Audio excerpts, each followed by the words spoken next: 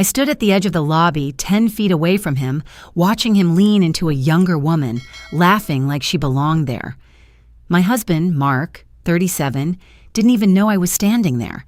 The sunlight poured through the glass walls, warm and golden, and I could hear the soft click of his shoes on the marble floor as if they were counting down the seconds of my life. He rested his hand on her lower back, and it wasn't hesitant. It was familiar, natural. That was the moment I felt the last thread snap. 23 years. 23 years of waking up next to him, of sharing birthdays, of folding laundry side by side. All of it. Gone in a glance, in a touch, in that laugh that wasn't meant for me. I didn't move. I didn't call his name. I just watched. The receptionist typed quietly at the desk, glasses sliding down her nose. I knew the words he would say on the phone because I had heard them before. I'm in a meeting. Perfectly mundane. Perfectly cold. He was lying right in front of me. And I was finally seeing the truth. My knees stayed steady, which surprised me.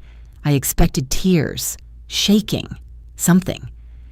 But there was only stillness. I slipped my phone into my bag, the one I had just used to call him, to hear him lie again. I had been patient long enough. Months of noticing the small changes, late meetings, stronger cologne, phone always face down, receipts that didn't match trips, had all led to this. A week ago, I had sat in a quiet office with Janet, my lawyer. Calm, measured, experienced. She didn't blink when I told her everything. I told her I didn't want a scene. I wanted clarity. Papers were signed, copies made, envelopes sealed, timing considered. All for this moment, watching them and keeping control. Not for him, for me.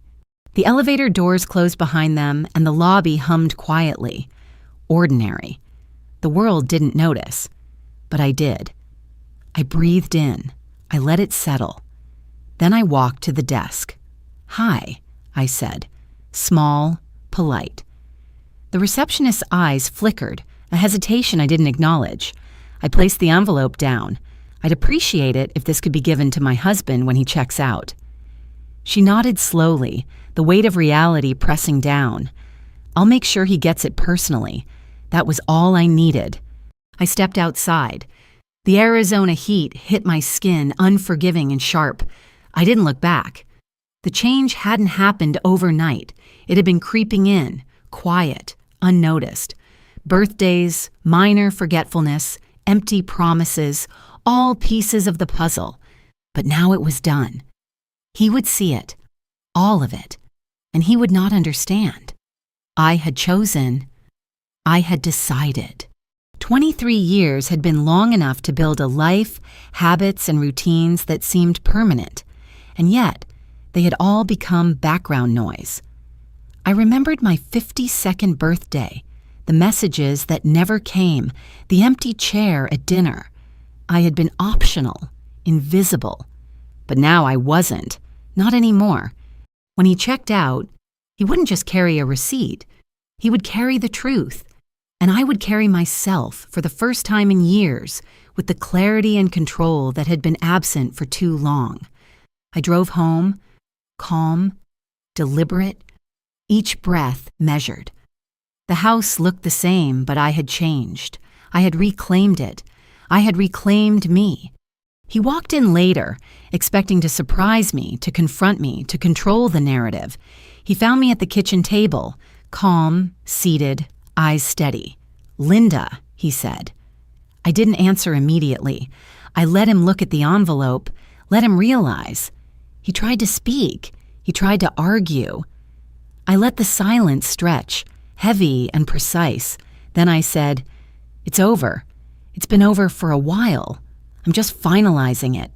His face went pale. He couldn't argue. Not with the paper, not with the quiet, not with me. I had chosen this. I had acted for myself, not for revenge, not for him. Control, clarity, freedom, these were mine now. I stood, gathered my bag, and walked out, to stay with Carla for a few days, to breathe, to rebuild, to remind myself that being invisible is a choice. And for the first time in decades, I refused it. The first night at Carla's house was quiet in a way that felt almost foreign. I sat in the guest room, the hum of the air conditioner the only sound. The city outside was dark, streets empty, and the occasional car passing made the walls vibrate lightly. I kept thinking about the lobby, about Mark and Emily. The memory made my chest tighten. I couldn't breathe deeply without remembering the way his hand rested on her back. Carla brought me a cup of tea. She didn't ask too many questions, just handed it over with a look that said she understood. I sipped slowly. The warmth slid down my throat and settled in my stomach, something grounding for the first time in days. "You okay?" she asked finally. I nodded, but my mind was elsewhere. I wasn't okay. Not really. Not until I had control back. By morning, I had made a plan. I would not wait for Mark to explain. I would not beg, not argue, not hope. I had learned what he had shown me in that lobby. I had been invisible for too long. Now, I would be deliberate. I packed my documents, double-checked the envelopes, and made sure every paper was correct. Carla watched me with a quiet intensity. "Are you sure?" she asked. I met her eyes steadily. "Yes," I said. There was no hesitation. I drove into the city slowly, feeling the heat of the late morning sun on my hands, gripping the steering wheel. The streets were alive with people moving, oblivious to the storm I carried. My phone buzzed. I didn't answer. I wasn't looking for communication. I was looking for closure. Every red light, every pedestrian crossing gave me time to rehearse the words I wouldn't need to say aloud. It's over. Arriving at the firm's office, I felt the weight in my chest shift slightly. The receptionist, a young woman with sharp brown eyes, looked up and smiled politely. I walked past her without hesitation, straight into the conference room. There, Mark was seated with his team, Emily at his side. They didn't notice me at first. I placed the folder on the table, neatly organized, and waited. Mark looked up. Confusion first, then recognition. His mouth opened, closed. He didn't speak. The room was quiet, professional. I didn't shout, I didn't accuse. I simply lifted the top document. Hotel receipts, phone records, corporate accounts, every detail aligned perfectly. The team exchanged glances. Mark's posture changed. His confident facade cracked, just slightly, but enough. "Madison," he said finally, voice tight. I looked at him directly. "It's exactly what you think." Silence followed. Emily shifted beside him, discomfort obvious. Mark's hands fidgeted with his pen. "This isn't," he began. I cut him off gently. "It is, and it's done. No anger, no theatrics, just clarity." The HR manager stepped forward, professional and calm. "We'll be reviewing this immediately," she said. Mark swallowed hard. I watched as the weight of his choices settled on him, as if the room itself reminded him of everything he had ignored for years. I didn't gloat. I didn't smirk. I simply felt something I hadn't in a long time. Control. Full, absolute control. Walking out of the office, the sun hit my face again. Warm, steady, real. I inhaled deeply. The city felt different somehow. Ordinary people moved through their routines, but I had reclaimed mine. This wasn't just a victory. It was a rebirth. The power wasn't in revenge. It was in taking ownership of my life, my choices, my dignity. That evening, I sat alone in my apartment, the envelope unopened except for a few carefully reviewed papers. My hands rested on the table, and I let the quiet fill the room. I didn't need anyone else to validate what I had done. I had seen, I had acted, and I had survived. And for the first time in years, the reflection in the mirror felt like me again. Tomorrow, I would begin the next step, slowly, deliberately, one decision at a time. But tonight, I allowed myself to feel the weight lift, even just a little. I made a promise to myself. I would never disappear for anyone again. I would not let anyone diminish me, control me, or erase me. Not Mark, not Emily, not the years that had tried to define me. And if you are sitting there, wondering if anyone has ever understood what it's like to reclaim yourself, know this: you can. You don't need permission. You don't need a reason. You just need to decide. Decide that your life, your dignity, and your peace are yours to take back. And maybe, just maybe, you'll find that freedom is the most powerful revenge of all. If this story has struck a chord, maybe share it with someone who needs to hear it. Sometimes, seeing someone else take control is the spark we need to reclaim our own lives. The morning light spilled through the blinds, painting stripes across the hardwood floor. I sat at the small kitchen table, my hands wrapped around a mug of coffee that had gone cold while I replayed yesterday's events. Every detail of the office, every glance, every hesitation from Mark, every tightened jaw, burned into my mind. Carla was asleep in the guest room, the house silent except for the faint hum of the refrigerator. I let out a slow breath, feeling the tension in my shoulders ease slightly, but only slightly. I had won control, yes, but I had not yet taken the next step. By 9 o'clock, I was dressed. Simple blouse, slacks, low heels, nothing flashy, perfectly ordinary, and that was the point. I needed to appear unremarkable, underestimated. Mark had been blind to my strength for decades, and today I would continue to use that to my advantage.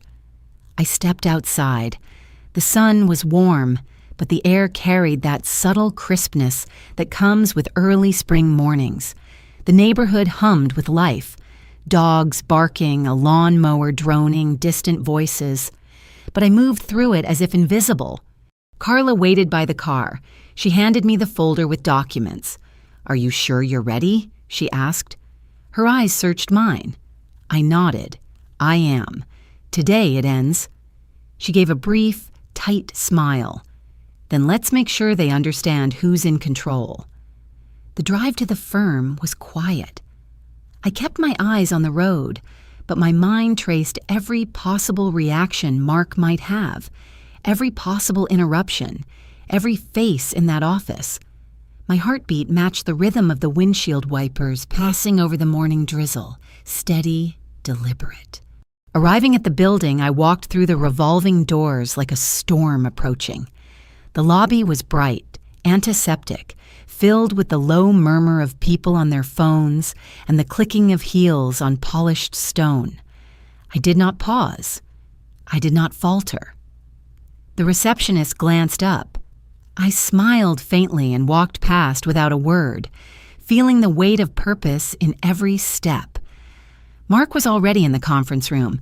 Emily was there too. They didn't notice me at first. I placed the folder carefully on the table and waited. The room shifted. The air thickened. Mark looked up. Confusion, recognition, fear, just beneath the surface. He didn't speak. His hand twitched on the pen, small gestures revealing cracks in his composure. I opened the top document. Hotel receipts, credit card statements, call logs, notes.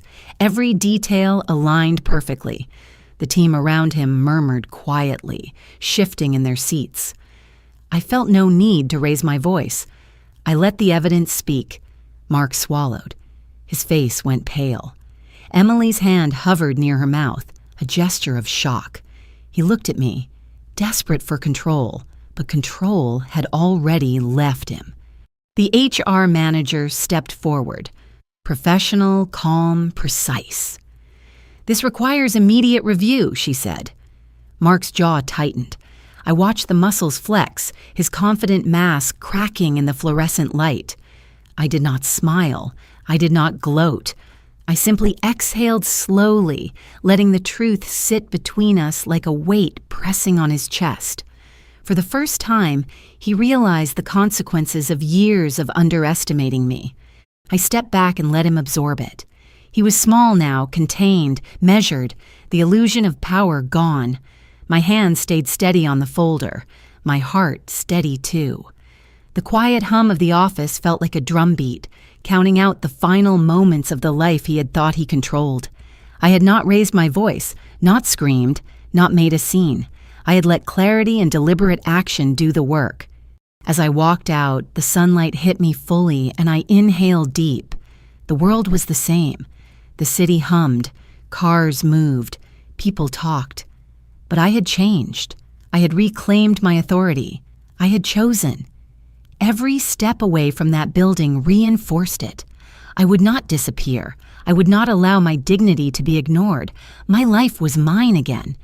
By evening, I sat in my apartment alone but not lonely. The envelope was still on the table, a quiet reminder of what had been taken for granted.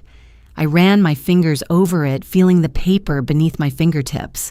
I had taken control. I had acted. And soon, I would continue to build the life I wanted. The power wasn't in revenge. It was in reclaiming myself piece by piece. And anyone watching this, anyone who has felt invisible, needs to hear this. You can take control too. You can stand up. You can be seen. And it starts with one deliberate step. If you are listening right now, consider this your permission. Step forward. Make your life yours again. You don't need permission from anyone else. You just need to decide. I woke to the sound of rain tapping against the window, steady and insistent. The apartment was quiet except for the soft hum of the heater. I sat on the edge of the bed, hands clasped, feeling the weight of the morning. My phone buzzed. Carla had texted, asking if I needed coffee. I didn't answer right away. I wasn't ready to speak. I needed a plan, not chatter. By 9:30, I was dressed and out the door. Simple navy sweater, black slacks, flats that had seen better days. I didn't care about looking impressive. I cared about being unnoticed until the right moment. The streets were slick with rain, headlights reflecting in the puddles. I gripped the steering wheel, knuckles white, taking deep breaths to steady my racing heart. Today, I was going back into the office. Today, I would finish what I started. I parked 2 blocks away and walked, umbrella in hand. The wind tugged at my coat. The city smelled of wet asphalt and coffee from the corner cafe. People hurried past, umbrellas bobbing. None of them knew I had spent the last few days quietly preparing, gathering evidence, reading emails, tracing every irregularity. They didn't know I had power they assumed I lacked. Inside the building, the receptionist glanced up, curious. I smiled politely and passed without a word. The elevator doors closed with a soft ding. My stomach tightened. On the 4th floor, I stepped out, walked the short hall, and entered the conference room. Mark and Emily were there. Their chatter stopped when they saw me. I placed the folder on the table. Credit card statements, hotel receipts, text logs, everything neatly organized, every detail precise. Mark's face went pale. Emily's eyes widened. He opened his mouth. Nothing came out. I leaned back slightly, arms crossed, watching. The HR manager, a tall woman with sharp features, cleared her throat. "We need to review this immediately," she said. Mark swallowed hard. His confident mask was gone. I didn't raise my voice. I didn't need to. The weight of truth did it for me. I watched him shift in his chair, hands tightening around a pen. He tried to speak, tried to control the narrative, but every word faltered. The employees in the room exchanged glances, recognizing what I already knew. I had the upper hand. I had control. Mark's jaw clenched. Emily fidgeted.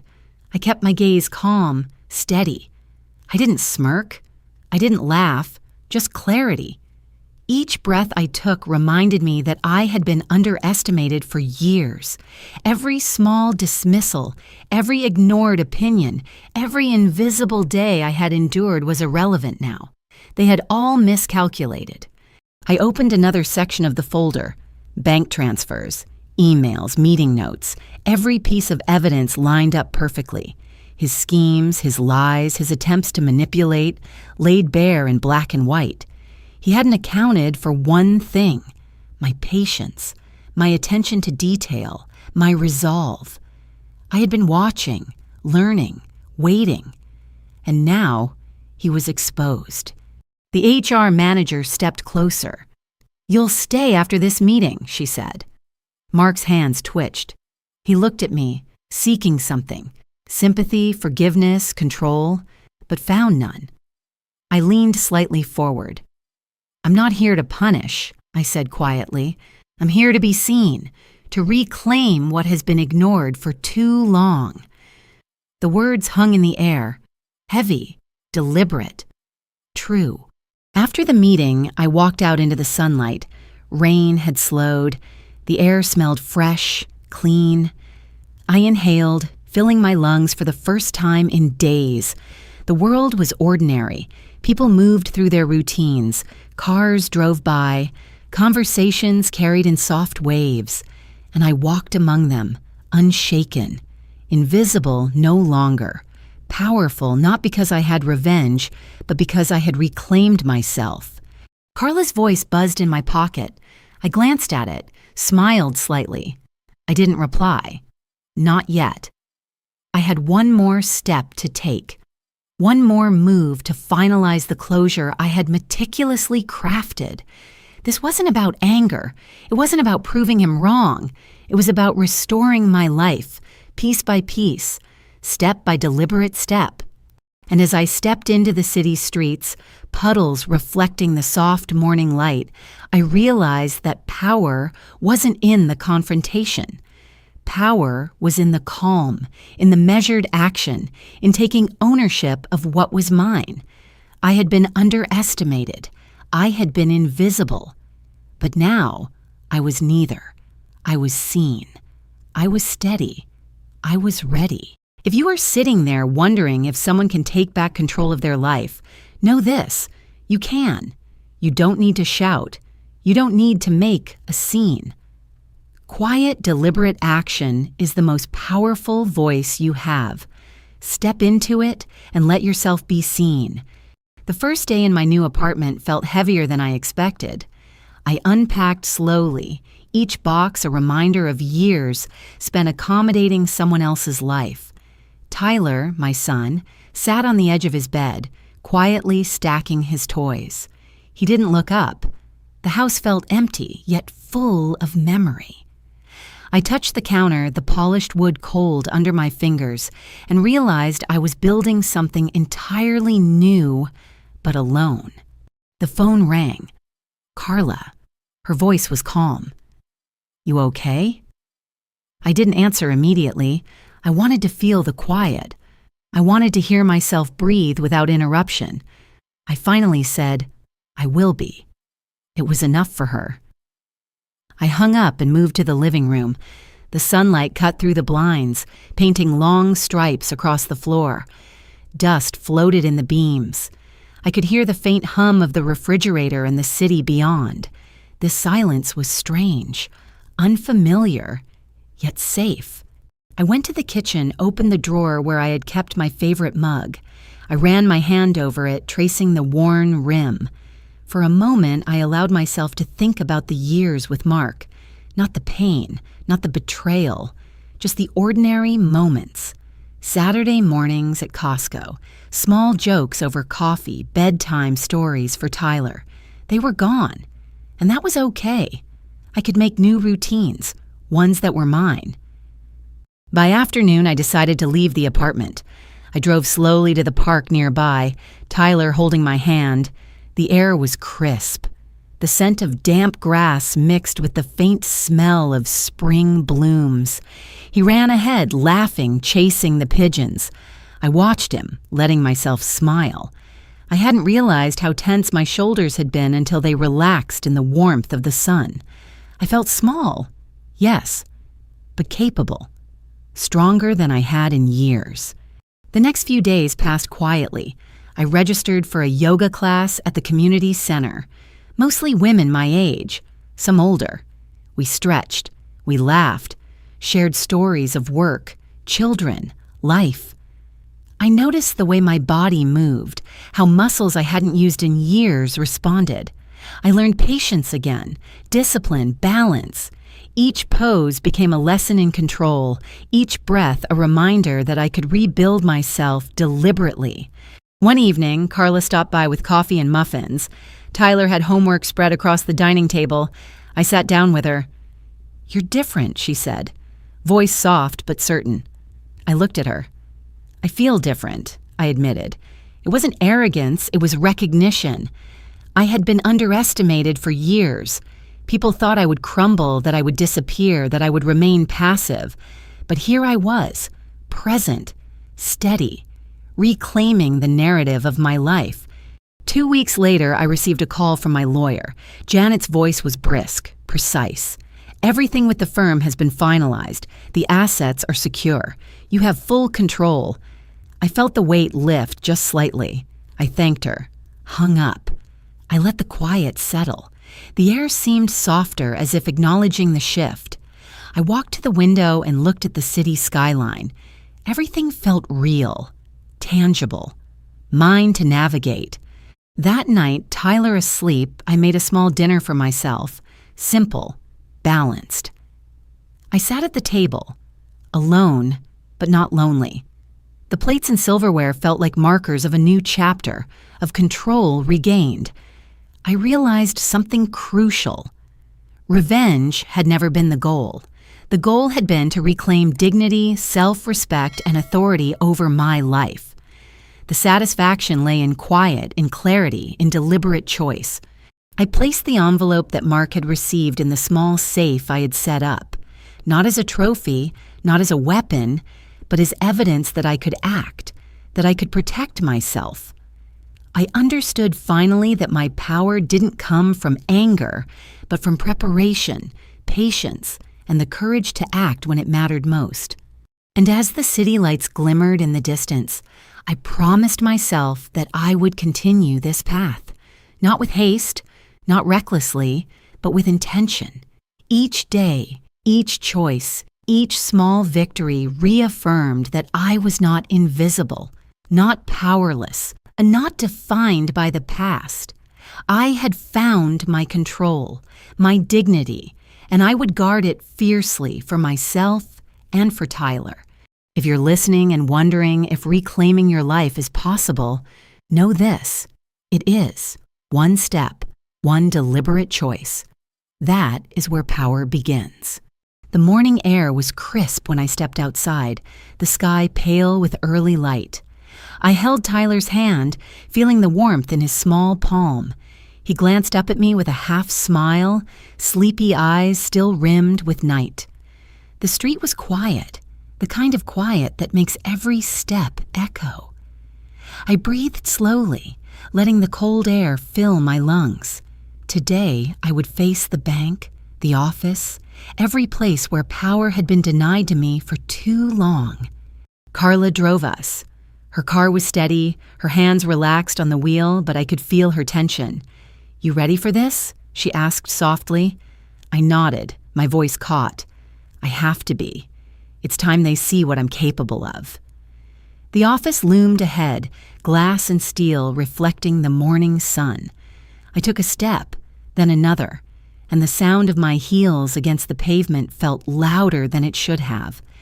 Each echo was a heartbeat, reminding me of every day I had been underestimated. Inside, the receptionist looked up. I smiled faintly and walked past, not breaking stride.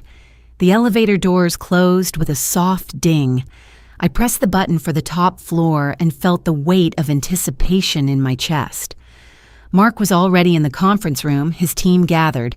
Emily perched close by. Their chatter stopped. Their eyes flicked to me, confusion first, recognition next. I didn't flinch. I didn't speak. I placed the folder on the table.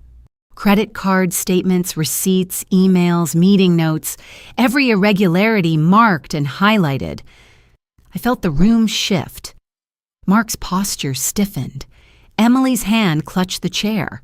The HR manager leaned forward, voice calm but firm. "We will review this immediately," she said. The words were simple, but their weight pressed down on Mark. His confident air was gone. Each breath he took seemed measured, calculated. I opened another section of the folder: bank transfers, expense reports, call logs. Every detail aligned perfectly. He tried to speak, but the words faltered. His team watched silently, realization dawning. I had not raised my voice. I had not accused. I had let the evidence speak. My hands rested calmly on the folder, my pulse steady. I had been underestimated. They had all miscalculated. Mark's jaw tightened. Emily shifted beside him. His eyes darted to me, desperate for a signal, a gesture, anything that would buy him control. There was none. I leaned slightly forward. "I'm not here to punish," I said quietly, letting the silence stretch. "I'm here to be seen, to reclaim what has been ignored for too long." The room absorbed the words like a pulse. They did not need more.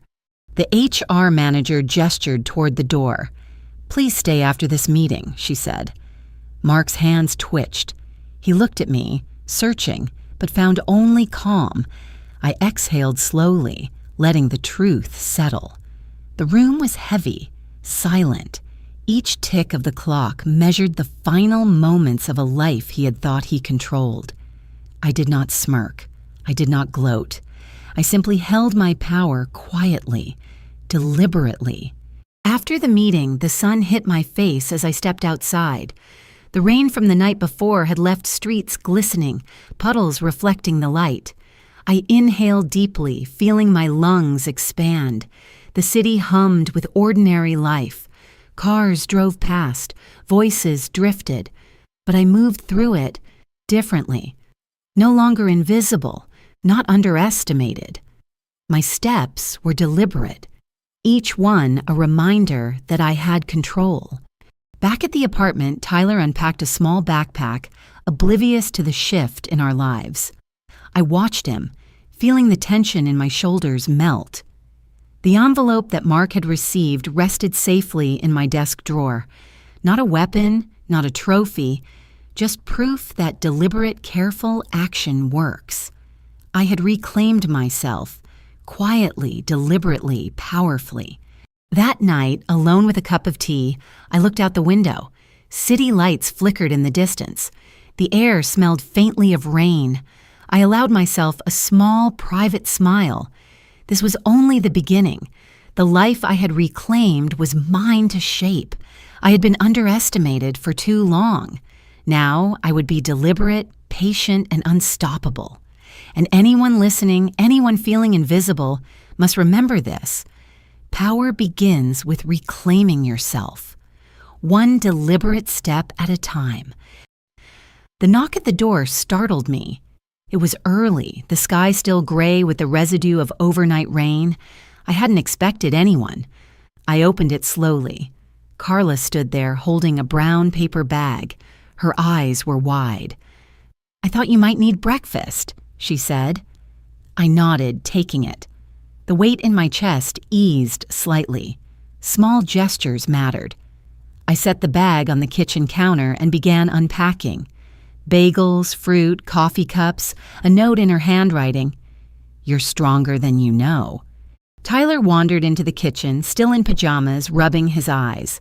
"Morning," he mumbled. I crouched, brushing his hair back. "Morning, kiddo." He gave a small smile. That was enough. I poured coffee for both of us. The steam curled upward, warm and grounding. The apartment was quiet except for the hum of the refrigerator and the occasional car passing outside. I let myself feel the normal, the mundane, as if each small act reminded me I still had control over ordinary life. By 10:30, I was in the car, folder in the passenger seat. I drove slowly toward the firm, the city streets still damp. The world was alive with movement, but I felt insulated, almost detached.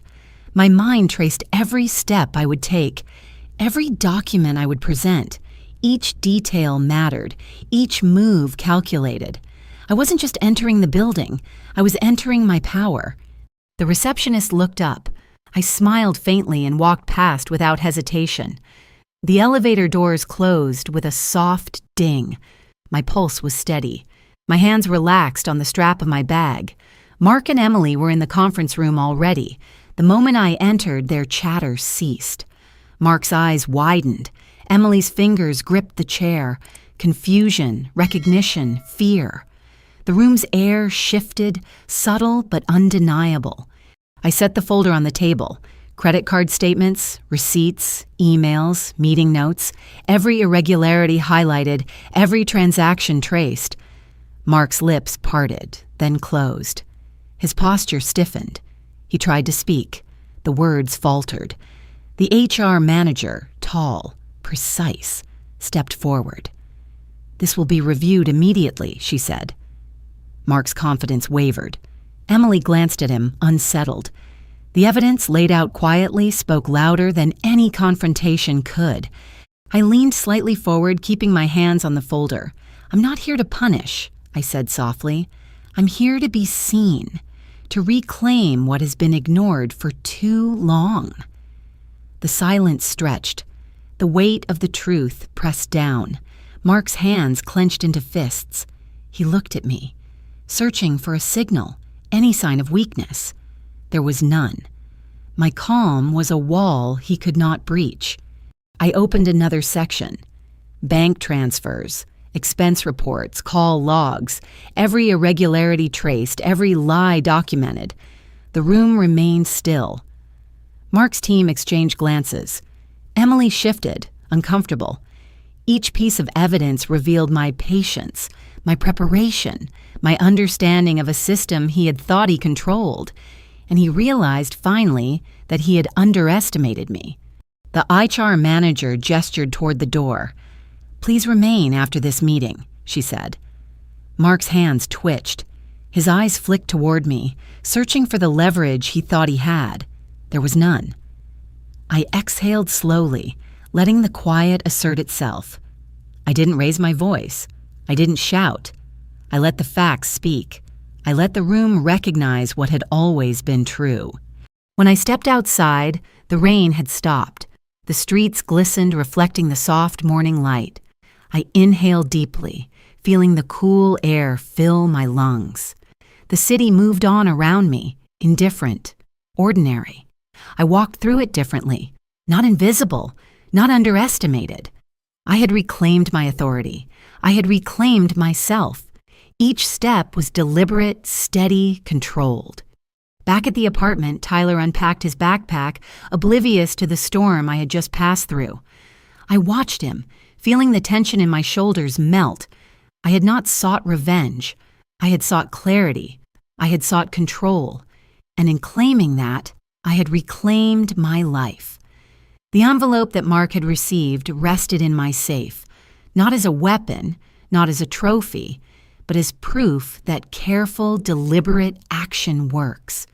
And as the sun climbed higher, lighting the room in gold, I whispered to myself, underestimated for years, invisible for decades, not anymore. Today I am deliberate. Today I am steady. Today I am unstoppable. Step by step, choice by choice, I am building the life I was always meant to live. The taxi pulled up to the courthouse just as the morning sun hit the glass facade. I paid the driver, the coins clinking in my hand, and took a deep breath. The air was cool, crisp, carrying the faint smell of coffee from a nearby cafe. Tyler's hand brushed against mine. "Are you ready, Mom?" His voice was small, cautious. I nodded. "I am." We stepped onto the steps together. The stone felt solid under my feet.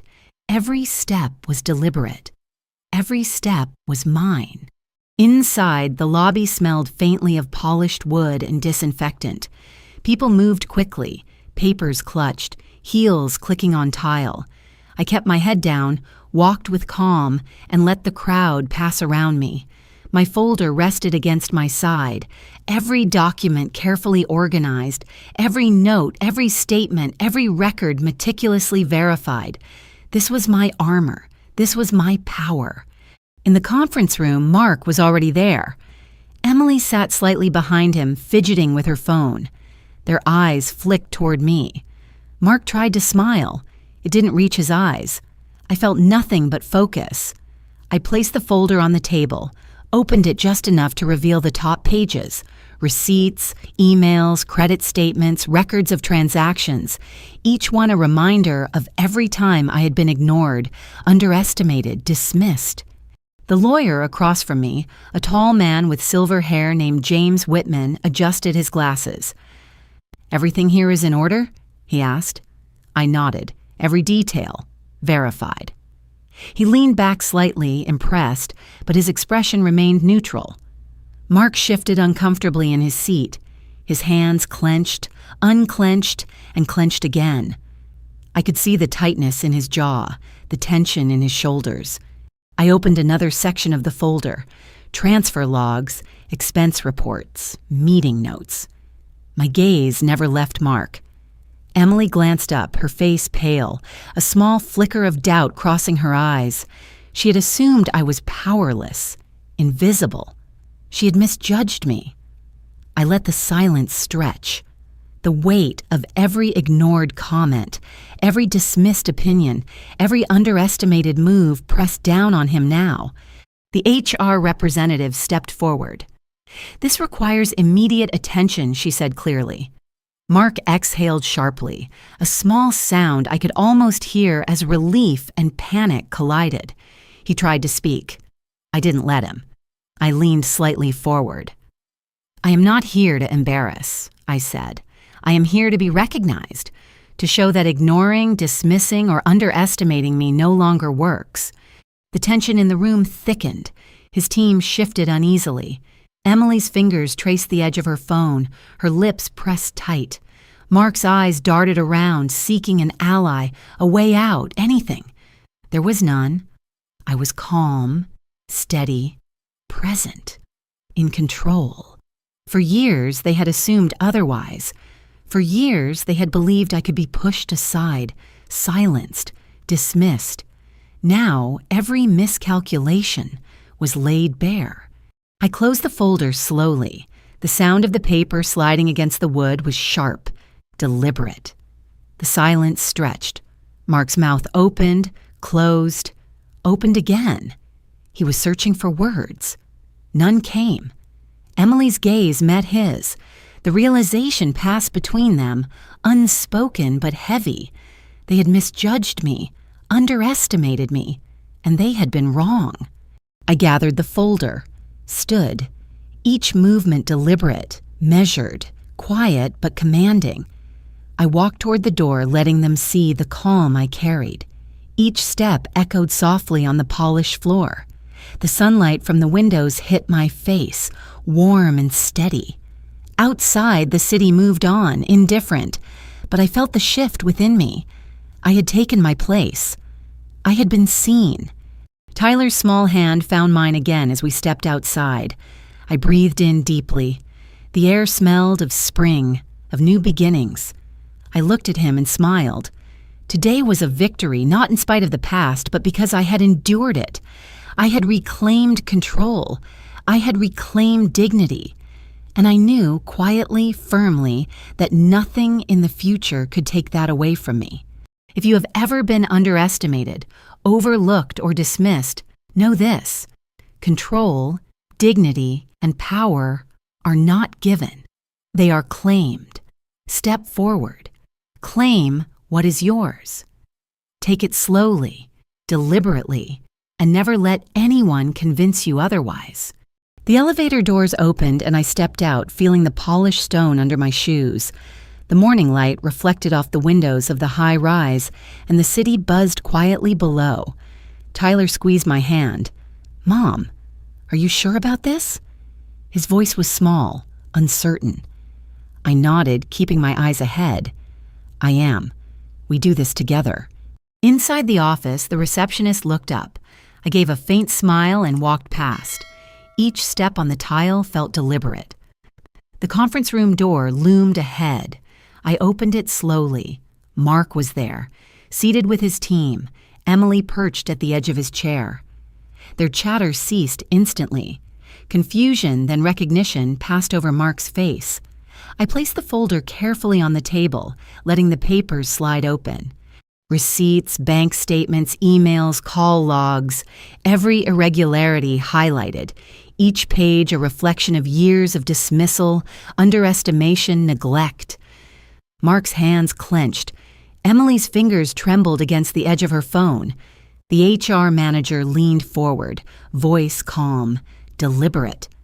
"This requires immediate review," she said. Mark swallowed sharply. The confident mask he always wore had dissolved. I remained standing, arms slightly forward, steady. I did not speak unnecessarily. The evidence spoke. Every overlooked detail, every unheeded warning, every time I had been invisible now became visible to everyone in the room. The tension thickened, subtle but undeniable. Mark's jaw tightened. He searched for words, found none. Emily's eyes darted to him, then to me, realizing the misjudgment she had made. I opened another section. Transfers between accounts, expense reports, notes from meetings. Every detail aligned, documented, verified. I let the silence stretch. Each tick of the clock felt measured, deliberate, like the universe marking the final moments of their assumptions about me. Mark shifted, trying to find a foothold. There was none. I held control quietly, deliberately. The HR manager gestured toward the door. "Please remain after this meeting," she said. Mark's hands twitched. His eyes darted around the room, searching for an escape, an ally, a hint of mercy. There was none. I exhaled slowly, letting the calm assert itself. I did not raise my voice. I did not shout. I let clarity, preparation, and quiet authority do the work. I gathered the folder, walked toward the door. My steps were slow, deliberate, measured. The sunlight streaming through the windows hit my face, warm and steady. Outside, the city carried on, oblivious. The ordinary moved around me, but I felt different. I was seen. I was steady. I was powerful. Not through anger, not through confrontation, but through control and intention. Tyler's hand found mine again as we exited. I inhaled deeply, the cool air filling my lungs. I felt the rhythm of the city pulse alongside mine, solid, steady. Each breath reminded me that I had been underestimated for years. Each step reminded me that invisibility had ended. I had reclaimed my authority, my dignity, my life. Back at the apartment, I unpacked a small box of personal items, arranging them on the shelves.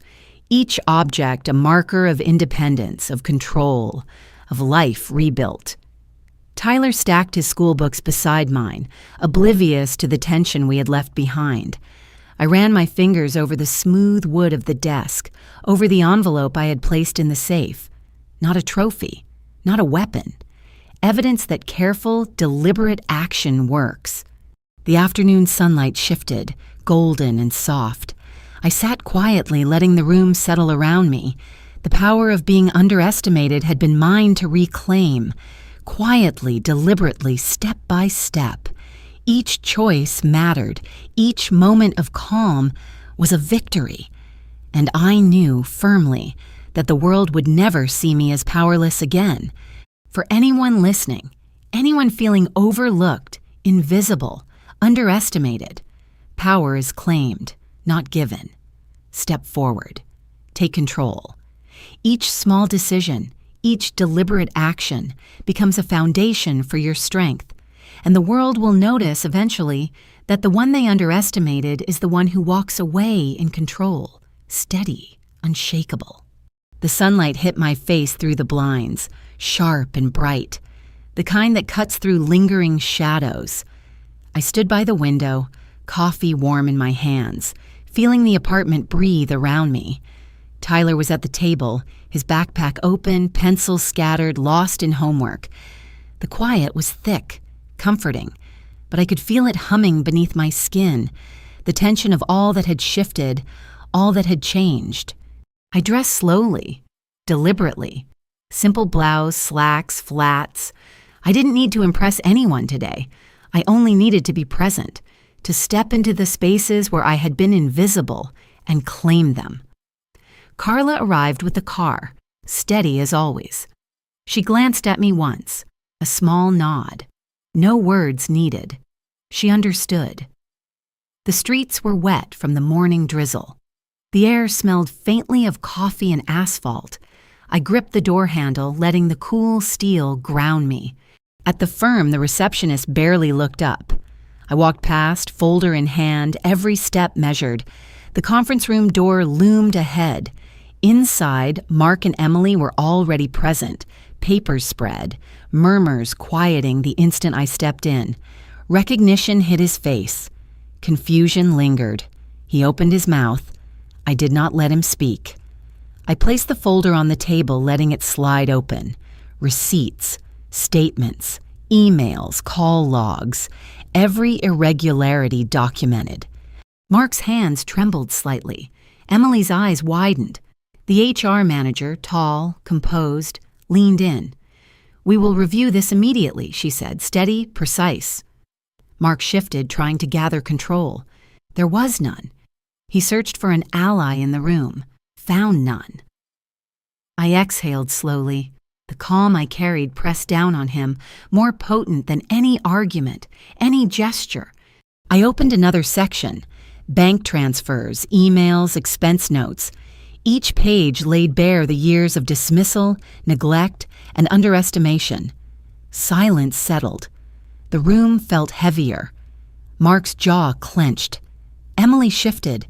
The employees exchanged subtle glances, the tension stretching across the room. I did not speak more than necessary. Every fact, every detail, every line of evidence was enough. I leaned forward slightly. "I am not here to punish," I said, calm, deliberate. "I am here to be seen, to reclaim what has been ignored for too long." The words stretched, weighty, precise. Mark's hands tightened. He exhaled sharply. He tried to speak. Nothing coherent emerged. He realized fully that he had underestimated me, that for years he had misjudged what I could do. The HR manager motioned toward the door. "Please stay after this meeting," she said. Mark's eyes flicked to me, desperate, searching for mercy, for weakness. There was none.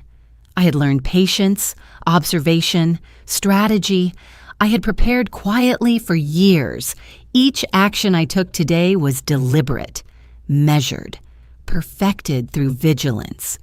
I gathered the folder, walked toward the door. Each step echoed softly on polished tile. The sunlight through the windows caught my face, warm, steady. Outside, the city moved on, oblivious. Cars rolled by, voices murmured. But I felt different, visible, steady, powerful. Not through anger, not through theatrics, through control and intention. Tyler's small hand found mine again. The cool air brushed our faces. I inhaled deeply, letting it fill my lungs, steady my mind. I had been underestimated, invisible, dismissed. Not anymore. I had reclaimed authority, dignity, life. Each step away from the office reinforced it. I was deliberate, I was present, I was unshakable. Back at the apartment, I set the folder in the safe. Not a trophy, not a weapon. Evidence that patience, preparation, and calm action work. Tyler stacked his homework neatly beside mine. I breathed in the quiet. This was power, measured and deliberate. I had been invisible. Now I was visible. And anyone who has ever been underestimated, anyone who has felt overlooked, must know this. You can reclaim your life. Step forward deliberately, claim it, and let no one convince you otherwise. If you are listening, take this as your reminder. Begin today. One step, one choice, one deliberate act at a time. Your life, your dignity, and your strength are yours to reclaim. The world will notice eventually, and when it does, it will see exactly who you are. Unstoppable.